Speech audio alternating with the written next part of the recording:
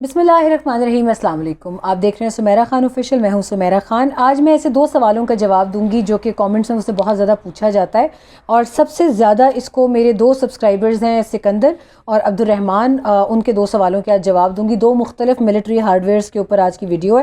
کوشش کروں گی کہ کوئکلی آپ کو اس کے اوپر جتنی انفارمیشن میرے پاس ابھی اویلیبل ہے وہ دے سکوں۔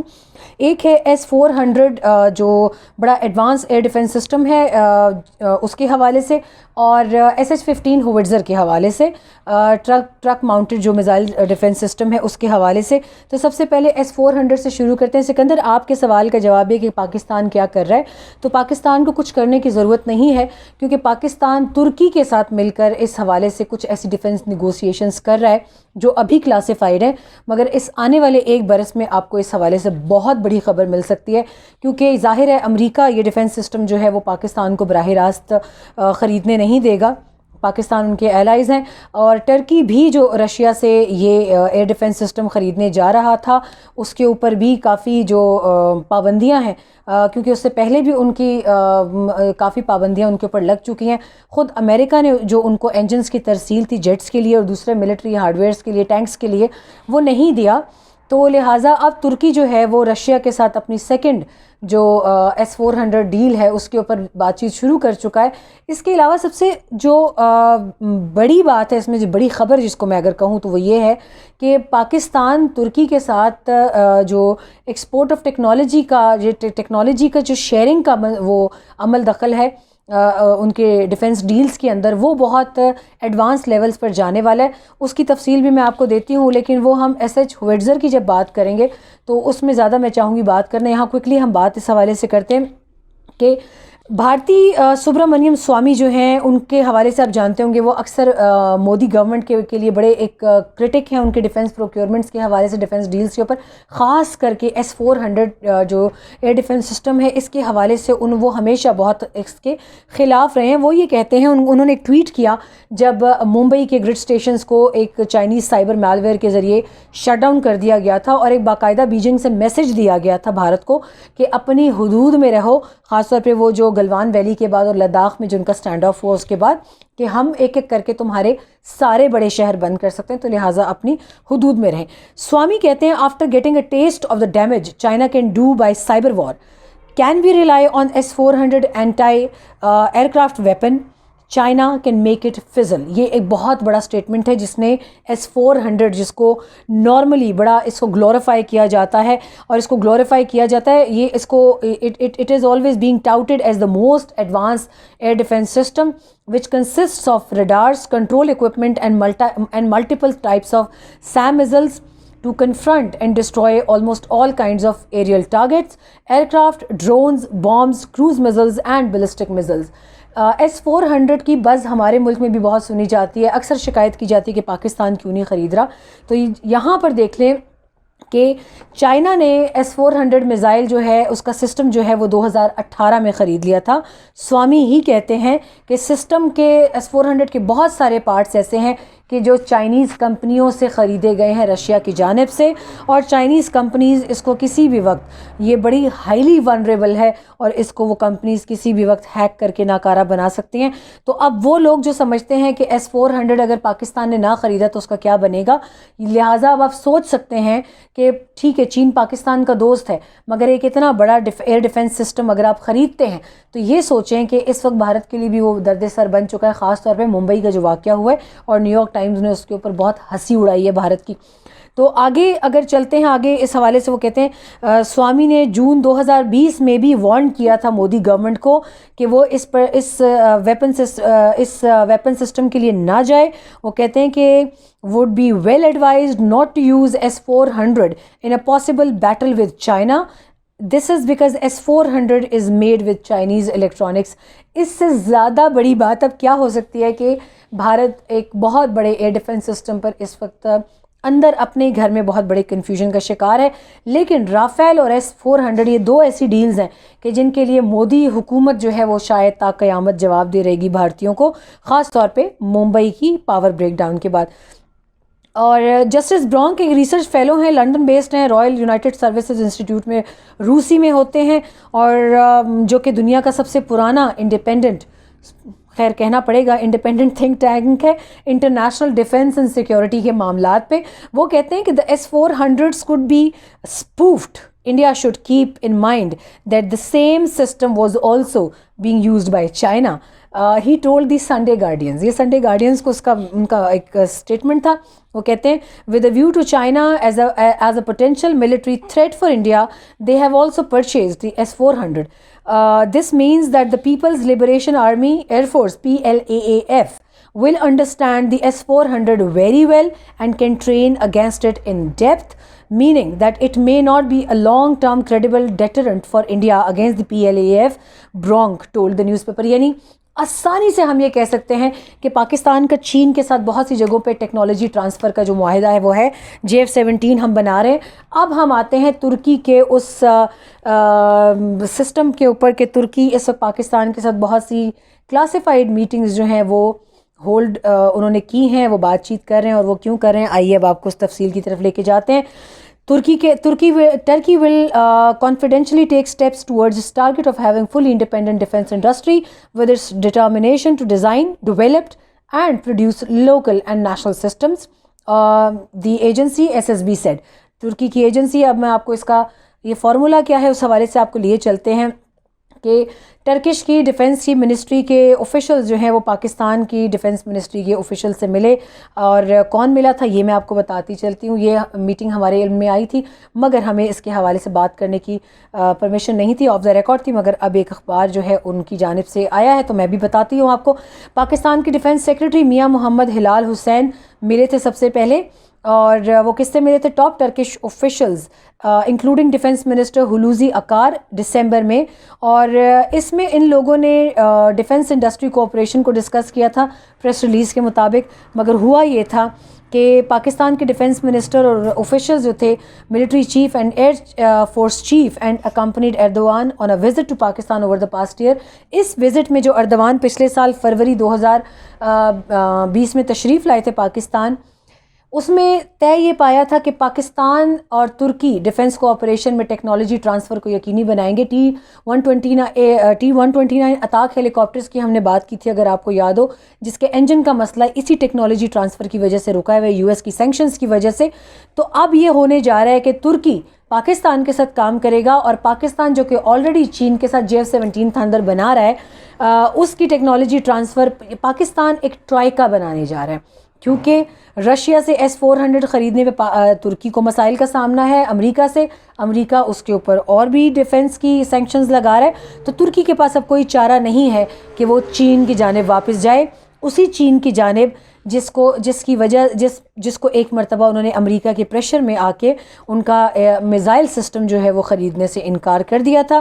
اب ترکی جو ہے اب وہ چاہ رہا ہے کہ کو مینوفیکچرنگ جو ہے وار پلینز اور میزائلز کی وہ پاکستان کے ساتھ کی جائے, اور یہ تبھی ممکن ہوگا کہ وہ پاکستان چین کو لازمی اس ڈیفنس کوآپریشن میں لائے گا. آپ یقیناً بہتر جانتے ہیں وجوہات, اور یہاں یہ کہا جا رہا ہے کہ Turkey is pushing to co manufacture war planes and missiles with Pakistan, a hook up that could also give it access to prized war technology from China.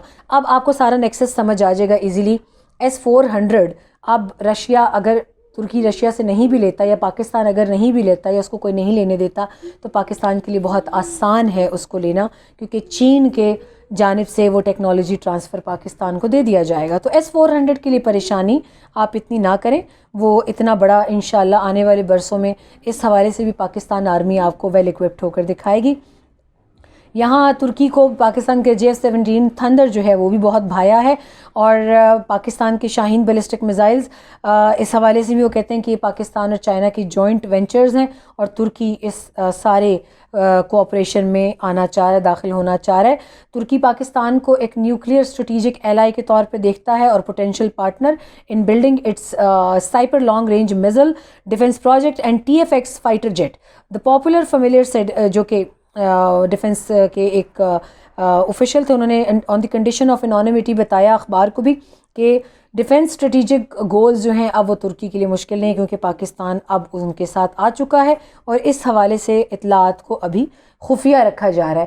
اور میرا بیٹا ساتھ بیٹھا ہوا ہے, اگر اس کا ہاتھ پاؤں کیمرہ میں آئے تو مائنڈ مت کیجیے گا, سو آپ ذرا پلیز بیٹھ جائیے آرام سے. آگے اگر چلیں تو اب آتے ہیں ایس ایچ ہووٹزر کی جانب. ایس ایچ ہووٹزر کے حوالے سے آپ کو بتاتے چلیں کہ پاکستان نے 236 یہ ملٹری کے جو آرٹلری سسٹمز ہیں یہ آرڈر کیے ہیں چین سے, اور بالکل جو بھارت ایک خدشہ ظاہر کر رہا ہے کہ یہ نیوکلیئر جو ہے اس کو ویپن کو لے جانے کی اہلیت رکھتا ہے, بالکل رکھتا ہے. یہ پرانا SH-1 ڈیزائن ہے اور اس کو فرینچ سیزر جو ٹرک ماؤنٹڈ ہوویزر تھا اس کی بیس پہ بنایا گیا ہے.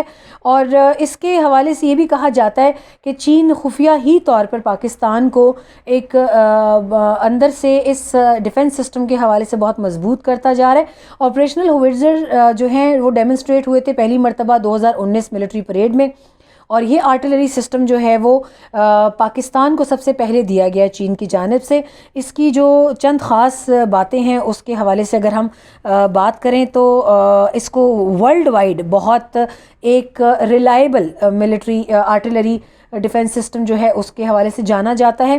اور یہاں پہ اگر آپ کو اس کی اسپیکس بتائیں تو چائنا نے یہ ٹیکنالوجی پروڈکشن لائسنس جو تھا 1990 میں لیا تھا, سکسیسفلی اس کو ڈیولپ کیا اپنی پریسیجن گائیڈڈ پروجیکٹائلز کے ذریعے, اور اس کا ایکسپورٹ جو ڈیزگنیشن ہے وہ GP-155 اور GP-1 ہے.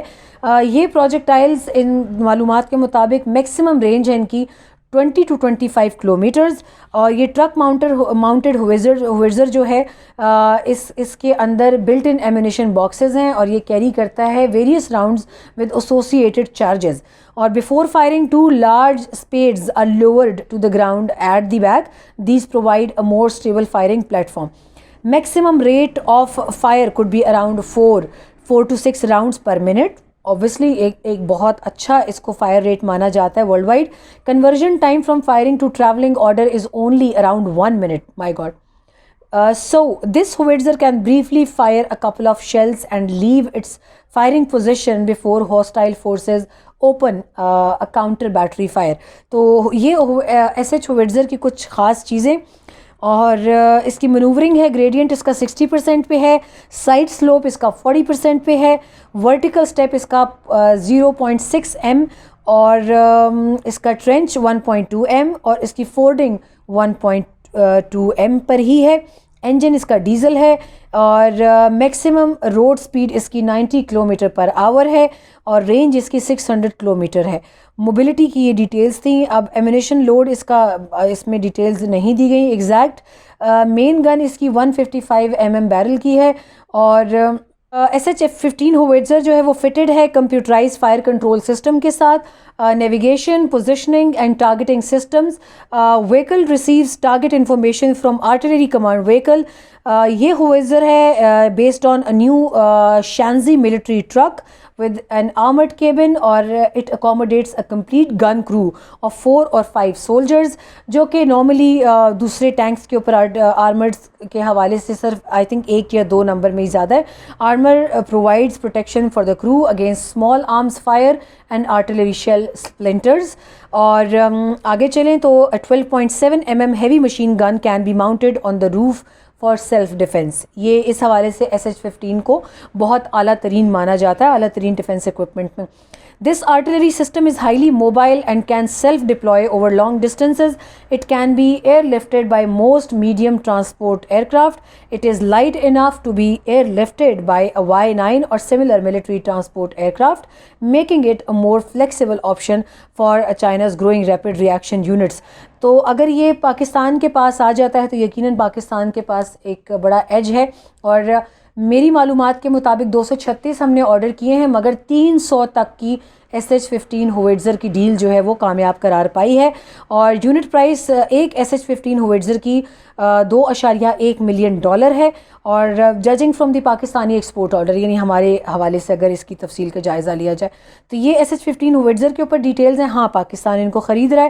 وہ تمام لوگ جو جاننا چاہتے تھے کہ ہم یہ خرید رہے ہیں یا نہیں, تو ہوویٹزر جو ہے وہ 2019 میں پاکستان نے اس کی ڈیل فائنل کی ہے چائنا کے ساتھ, اور مزید اس کے اوپر نیگوسیشنز چل رہی ہیں, کیونکہ سننے میں آیا کہ اس کی بیرل مینجمنٹ اور مزل آرڈرز کے حوالے سے مزید بھی بات چیت جاری ہے, کیونکہ چین چاہتا ہے کہ اگر 300 یونٹ بنائے جاتے ہیں تو اس میں کچھ ایسا کام مزید کیا جائے تاکہ اس کو مزید اپ گریڈڈ ورژن میں پاکستان کے حوالے کیا جائے. تو یہ ہے کچھ اس کے اوپر چیزیں. اور S-400 کے حوالے سے بالکل آپ پریشان نہ ہوں، وہ تفصیل میں نے آپ کو دے دی ہے. چائنا، ترکی اور پاکستان کا اگر ایک آپس میں ٹرائیکا بنتا ہے تو یقیناً روس اس کے اندر اپنی شرائط نرم کرے گا. پاکستان کے لیے وہ آلریڈی ایک سافٹ کارنر رکھتے ہیں. مگر اب ریسنٹلی اس میں آپ کو ایک چیز اور بھی بتا دیتی ہوں. میں آج اس میں اخبار میں ہی پڑھ رہی تھی ایک خبر اس حوالے سے کہ امریکہ کی جانب سے بھی انڈیا کے اوپر کچھ ایسی سختیاں جو ہیں وہ آئی جا رہی ہیں. یہ میرے سامنے دی پرنٹ کا ایک آرٹیکل کھلا ہے. Sanctions on India over Russian S-400 will damage Biden's goal in Indo Pacific. A comparison of trajectories of India, Russia and India-US defense ties illustrates how India stands apart from Turkey on the applicability of CAATSA sanctions. اب یہ sanctions جو US کی جانب سے بھارت پر آ رہی ہیں، آنے والے دنوں میں اس کے کافی مضر اثرات ہوں گے. اس کے حوالے سے میں آپ کے لیے کل ایک ویڈیو لے کر آؤں گی. آج کے لیے اتنا کافی ہے. اپنا خیال رکھیے گا اور مجھے بتائیے گا ضرور. رحمان اور سکندر، آئی ہوپ کہ میں نے آپ کے سوالات کے جواب دیے ہیں. کل آپ سے دوبارہ ملاقات ہوگی. اللہ حافظ.